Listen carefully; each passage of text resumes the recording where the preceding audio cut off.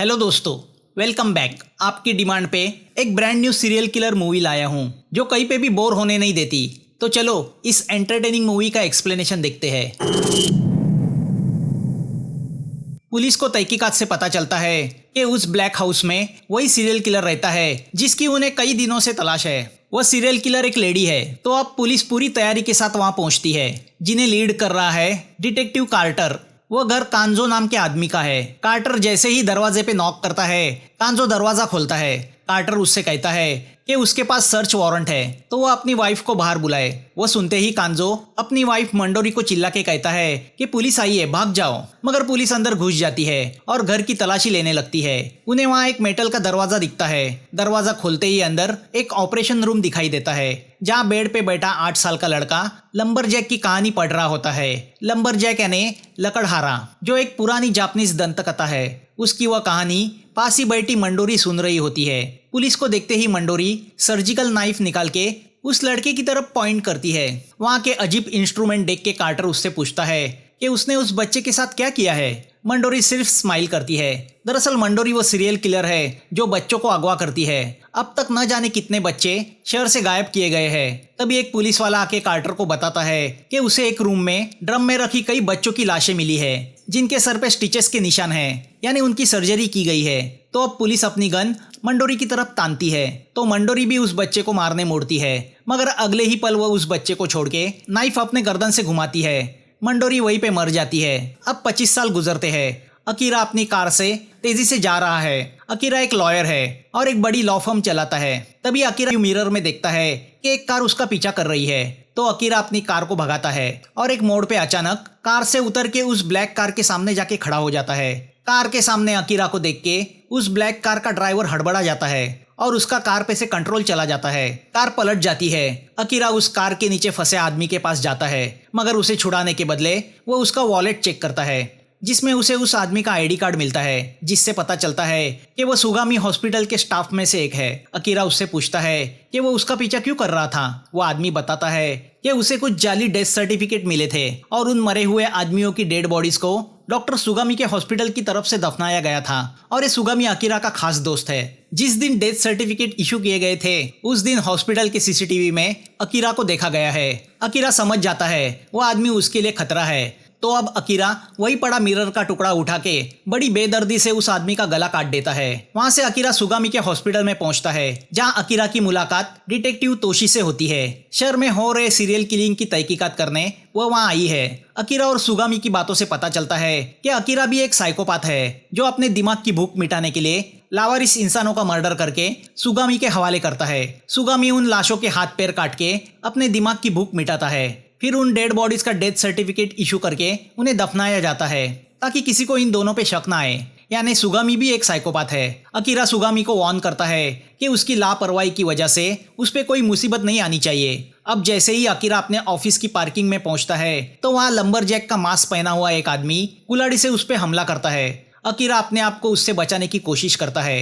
पहले तो अकीरा को लगता है कि उस आदमी को पैसे चाहिए, मगर वह मास्कमैन अकीरा से कहता है कि वह सिर्फ अकीरा जैसे हैवानों को मारना चाहता है, यानी साइकोपाथ को, जो सिर्फ मौत डिजर्व करते हैं। अब जब अकीरा उससे बच के भागता है, तो वह मास्कमैन कुल्हाड़ी को अकीरा की तरफ फेंकता है। कुल्हाड़ी जोर से अकीरा के सर पे लगती है और वह बुरी तरह घायल होता है। अब जैसे ही लंबरजैक उसे मारने मुड़ता है, तभी वहां पे एक लेडी आ जाती है। उतनी देर में अकीरा अपने आप को संभालता है। अब दोनों में फिर से हाथापाई शुरू होती है। अकीरा मौका देख के सीलिंग पे लगे फायर एक्सटिंग्विशर को ऑन करता है। पानी मास्क पे गिरने की वजह से वो आदमी ठीक तरह से देख नहीं पाता, तो वह मजबूर होकर वहां से चला जाता है। घायल अकीरा पुलिस की चक्कर में फंसना नहीं चाहता, तो वह एक तरकीब लड़ाता है। वो अपने वॉलेट में रखे पैसे निगल जाता है और वॉलेट पास ही फेंक देता है, ताकि वो पुलिस को बयान दे सके कि एक चोर ने उस पे हमला किया था। अकीरा वहीं पे बेहोश हो जाता है। यहाँ पूरा पुलिस डिपार्टमेंट अलर्ट मोड पे आ गया है, क्योंकि शहर में लगातार 2 हत्याएं हुई है। पुलिस कमिश्नर नाओमी इस केस का इंचार्ज पुलिस चीफ मैथ्यू को करती है। पुलिस ने मीडिया को इस बात की भनक तक पड़ने नहीं दी है। दोनों हत्याओं में किलर ने विक्टिम के सर से उनका ब्रेन निकाल के चोरी किया है, इसलिए इस किलर का नाम ब्रेन किलर रखा गया है। पहली विक्टिम 40 साल की औरत है, जिसने अपने इन्वेस्टमेंट स्कीम से लोगों को लूट के उनकी जिंदगी बर्बाद की है तो उसके कई दुश्मन हैं। दूसरा विक्टिम 35 साल का बेरोजगार आदमी है जिस पर मारपीट और दुराचार के आरोप है, उसके भी कई दुश्मन हैं। दोनों पे पीछे से हमला किया गया है। हालांकि दोनों विक्टिम में कोई कॉमन बात पुलिस को नहीं मिली है, फिर भी डिटेक्टिव तोशी को लगता है इन दोनों को मारने के पीछे किलर का जरूर कोई मकसद रहा होगा। दोनों विक्टिम में जरूर कोई कनेक्शन है। किलर एक साइकोपाथ है, अगर उसे पकड़ा नहीं गया तो वह और भी कई हत्याएं करेगा। तोशी को लगता है कि किलर ने हत्या करने के लिए कुल्हाड़ी का इस्तेमाल किया है। अब मैथ्यू तहकीकात के लिए तोशी और इवान की टीम बनाता है। इवान थोड़ा सटकू किस्म का डिटेक्टिव है। वो तोशी से कहता है कि वह सही थी। उन दो विक्टिम में एक कॉमन बात है, वो दोनों अनाथ आश्रम में पले बड़े हैं, मगर अलग अलग आश्रम में। दोनों के स्वभाव वायलेंट थे। इवान की इस खोज से तोशी खुश होती है। मैथ्यू बताता है कि इवान ब्रिलियंट है, मगर एक केस में उसने सस्पेक्ट की पिटाई की थी जिसकी वजह से उसका डिमोशन हुआ। जेसन नाम के आदमी पे उसकी वाइफ की हत्या करने का शक था। जेसन के वाइफ की मौत सीढ़ियों से गिर के हुई थी। इवान को लगता था कि जेसन ने अपनी वाइफ की इंश्योरेंस के पैसे के लिए हत्या की है।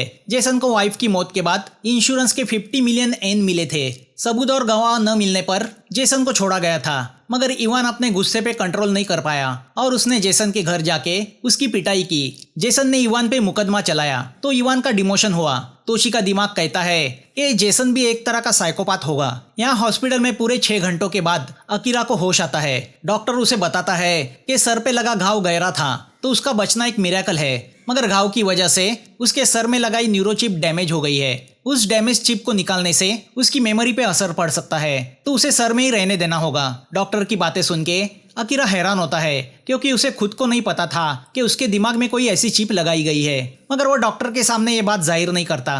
वो कंफ्यूज है कि उसके सर में वह चिप क्यों लगाई गई है और किसने लगाई। तभी उसे मिलने उसकी फियांसी एमा आती है।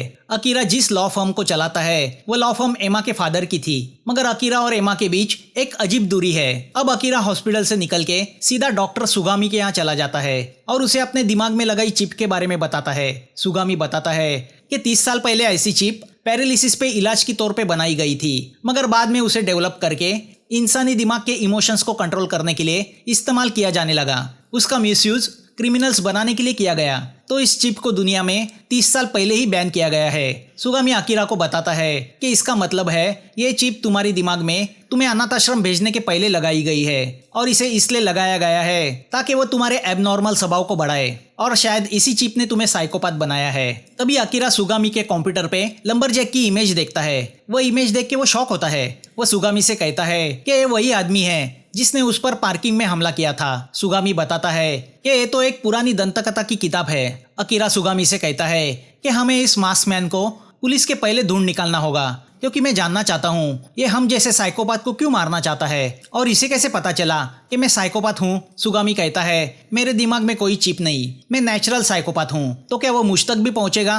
रात को अकीरा लंबरजैक की वह स्टोरी पढ़ता है कि कैसे लंबरजैक गांव के लोगों को एक एक करके खाता था, मगर गांव में किसी को भी उस पर शक नहीं था। वो गांव वालों में रह के उनको खत्म करता रहा। यहाँ पुलिस को और एक लाश मिलती है जिसके सर से ब्रेन गायब है। विक्टिम फोटोग्राफर था। लोगों की प्राइवेसी को भंग करके उनके फोटो निकालना उसका काम था। उसके क्रिमिनल गैंग के साथ भी संबंध थे, इसलिए काफी लोग उससे नफरत करते थे। और ये विक्टिम भी अनाथ आश्रम में पला बड़ा था। यहाँ अकीरा महसूस करता है कि उस पार्किंग वाले हादसे के बाद उसमें कुछ बदलाव आया है। अब वह एमा के साथ बहुत ही रिस्पेक्टफुली और फ्रेंडली बर्ताव करने लगा है। वो उससे पूछता है कि क्या तुम्हें ये सही लगता है कि मुझे तुम्हारे फादर की जगह लेनी चाहिए, ये कंपनी संभालनी चाहिए। हालांकि 1 साल पहले इसी अकीरा ने एमा के फादर को लॉ फर्म हथियाने के लिए उन्हें बिल्डिंग की छत से नीचे फेंक दिया था। एमा उससे कहती है कि वही ये लॉ फर्म चलाने के लिए परफेक्ट है। रात को अकीरा जॉगिंग कर रहा होता है कि वो रास्ते में देखता है कि एक आदमी अपनी छोटी लड़की को पीट रहा है। बिना वजह लोगों को मारने वाला अकीरा वो देख नहीं पाता। उसे उसके बचपन के कुछ फ्लैशेस आते हैं, तो वह उस आदमी की पिटाई करता है। तभी लंबरजैक का मास्क पहना हुआ वह किलर उस पर अटैक करता है।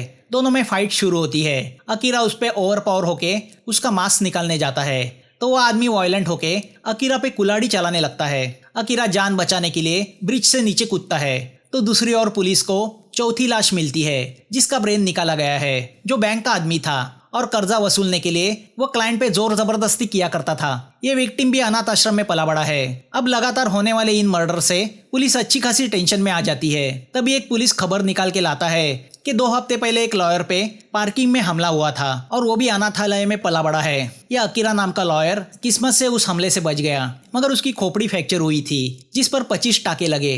तोशी को याद आता है कि उसने इस अकीरा को सुगामी के हॉस्पिटल में देखा था। यहाँ अकीरा के दिल में एमा के लिए फीलिंग्स जागने लगती है। एमा भी उससे प्यार से पेश आने लगती है। अकीरा के समझ में नहीं आता कि वह अचानक इमोशनल कैसे होने लगा है कि तभी पूछताछ के लिए तोशी वहां आती है। वह पार्किंग वाले हादसे के बारे में उससे पूछती है, मगर अकीरा लंबरजैक के बारे में उसे कुछ नहीं बताता। तोशी ने स्टडी करके पता कर लिया है कि अब तक जिन लोगों के मर्डर हुए हैं उन्हें समाज में पसंद नहीं किया जाता था। तो क्या ऐसी कोई खामी अकीरा में भी है? क्योंकि उसे यकीन है कि उसी सीरियल किलर ने अकीरा पे हमला किया था। वो अकीरा से पूछती है कि क्या हमलावर ने कुल्हाड़ी से उस पर हमला किया था।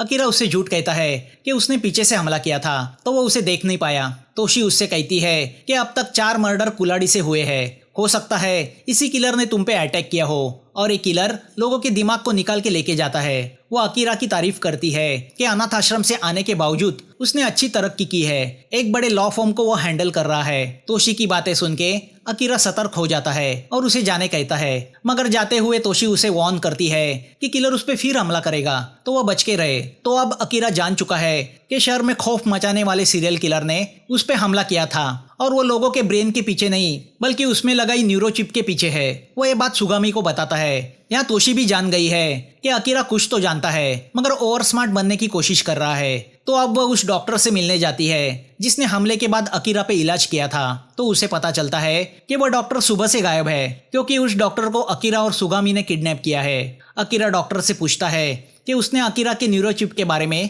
किस किस को बताया। डॉक्टर बताता है कि उसने किसी को नहीं बताया। वो पूछता है ऐसा क्या उस चिप में है। अकीरा उससे कहता है कि वो तो किलर ही जाने। अब जब अकीरा समझ जाता है कि डॉक्टर उसके किसी काम का नहीं तो वो उसे मारने जाता है, मगर उसका दिमाग उसे रोकता है। अकीरा सोचता है आज तक उसने बिना सोचे समझे इतने लोगों को मारा, तो अब इस बार उसका दिमाग उसे क्यों रोक रहा है। अकीरा समझ जाता है कि अब उसके हाथों मर्डर नहीं होगा तो सुगामी उस डॉक्टर को मार देता है। यहाँ तोशी बड़ी अक्लमंदी से हॉस्पिटल के कंप्यूटर से अकीरा की मेडिकल रिपोर्ट अपने पेन ड्राइव पे निकाल लेती है। तोशी वो रिपोर्ट एक्सपर्ट को दिखाती है। वह बताता है कि अकीरा पे कुल्हाड़ी जैसी किसी चीज से हमला किया गया होगा और उसके दिमाग के पास एक न्यूरोचिप लगाई गई है। वह देख के तोशी भी हैरान होती है। एक्सपर्ट बताता है कि ऐसी चिप 30 साल पहले ही बैन की गई थी। एक्सपर्ट ये भी बताता है कि कुल्हाड़ी के वार की वजह से ये नाजुक चिप जरूर डैमेज हुई होगी जिसके परिणाम इस आदमी पे दिखने शुरू हुए होंगे। यहाँ अकीरा और सुगामी दोनों समझ जाते हैं कि सीरियल किलर उन्हीं लोगों को टारगेट कर रहा है जिनके दिमाग में न्यूरोचिप लगाई गई है। तो यही बात तोशी भी समझ जाती है कि सीरियल किलर दिमाग को नहीं उस न्यूरोचिप को चुरा रहा है। तोशी को तहकीकात के बाद पता चलता है कि सभी विक्टिम के दिमाग में न्यूरोचिप लगाई गई थी, मगर उन्हें खुद को इसके बारे में पता नहीं था। और इन सभी विक्टिम के सर पे अनाथ आश्रम में आने के पहले से ऑपरेशन के निशान थे। मतलब कोई तो उस वक्त बच्चों के दिमाग का ऑपरेशन करके उनमें चिप लगा के उन्हें अनाथ आश्रम छोड़ा करता था। मतलब 30 साल पहले बहुत सारे बच्चों की किडनैपिंग की वारदातें हुई होगी।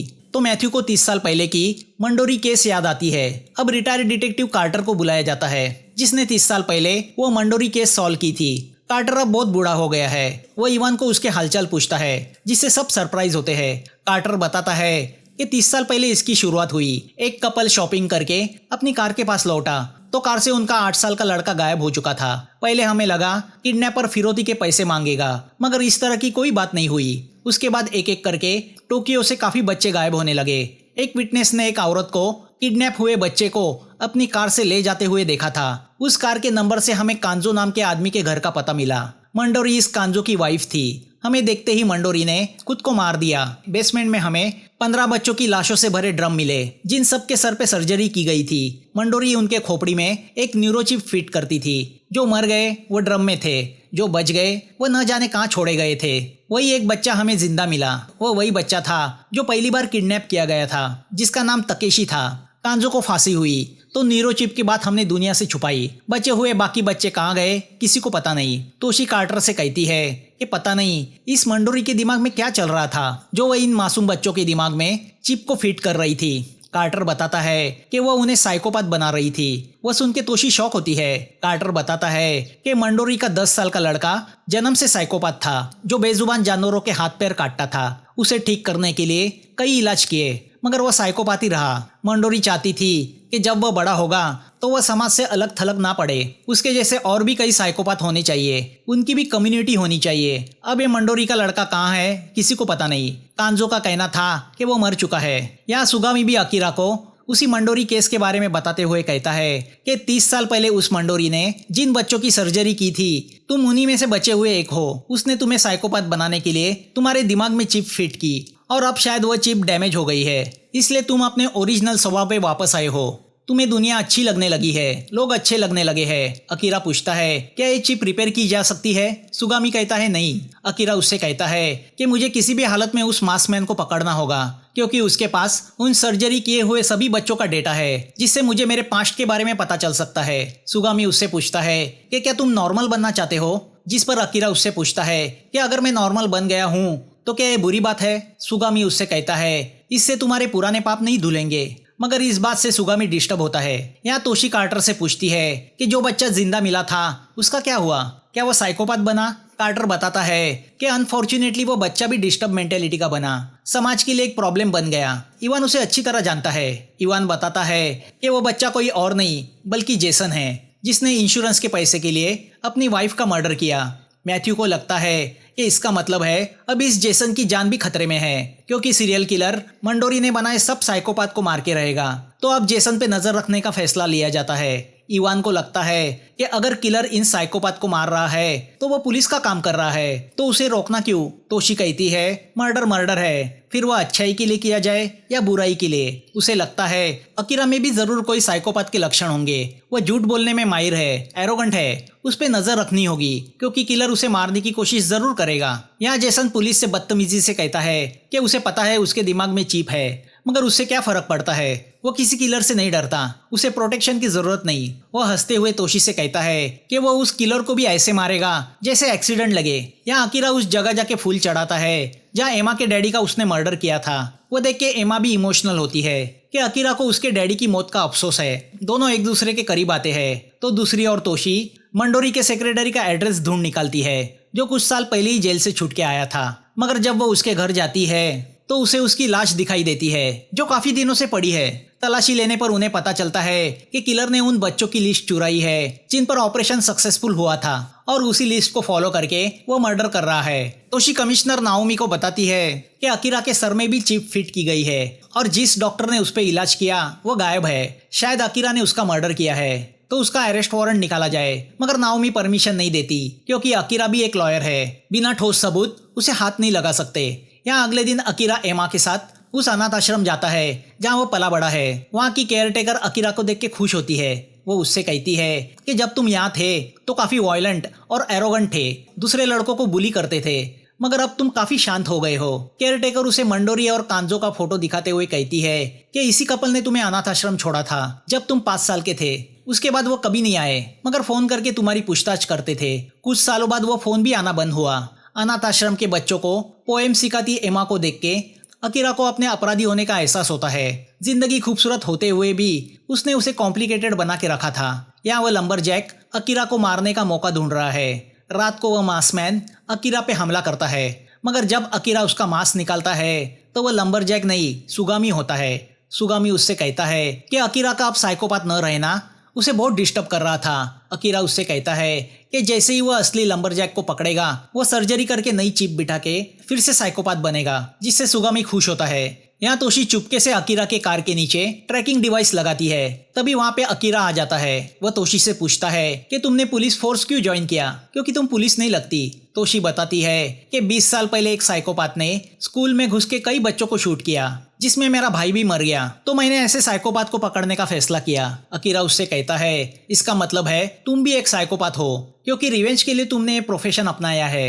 अकीरा उससे कहता है कि साइकोपाथ होना ये कोई क्राइम नहीं, वो मेंटल कंडीशन है, और अगर मैं साइकोपाथ हूँ तो उसका जिम्मेदार मैं नहीं। तभी तोशी को मैथ्यू का फोन आता है कि जेसन गायब है, और उन्हें इवान पे शक है, क्योंकि इवान का फोन भी स्विच ऑफ आ रहा है। तो यहाँ अकीरा को एमा के फोन से लंबरजैक का एमएमएस आता है कि एमा उसके कब्जे में है, तो अगर वो उसे जिंदा देखना चाहता है तो मंडोरी के उस पुराने घर चलाए। अकीरा उस घर पहुंचता है। वह घर अकीरा को जाना पहचाना लगता है, क्योंकि बचपन में वह कुछ दिन वहां रहा था। यहाँ पुलिस इवान के घर में घुस जाती है। उन्हें लगता है कि शायद सीरियल किलर इवान है, मगर तभी इवान घर आता है और उनसे कहता है कि उसके फोन की बैटरी खत्म हो गई थी। वह जेसन के वाइफ की कब्र गया था। वहाँ उसे पता चला कि जेसन पिछले 2 साल से रोज अपनी वाइफ की कब्र पे फूल चढ़ाने आता है। जिसने अपनी वाइफ को पैसे के लिए मारा हो वह अचानक बदल कैसे गया। तोशी समझ जाती है कि किसी एक्सीडेंट की वजह से जेसन की भी चिप डैमेज हुई होगी और उसमें अच्छाई का एहसास जाग गया होगा। तो अब तोशी अकीरा के कार को लगाए ट्रैकर को फॉलो करती है और मंडोरी के घर की तरफ निकलती है। यहाँ अकीरा ऑपरेशन रूम आता है तो वहाँ उसे बंदी पड़ी एमा दिखाई देती है।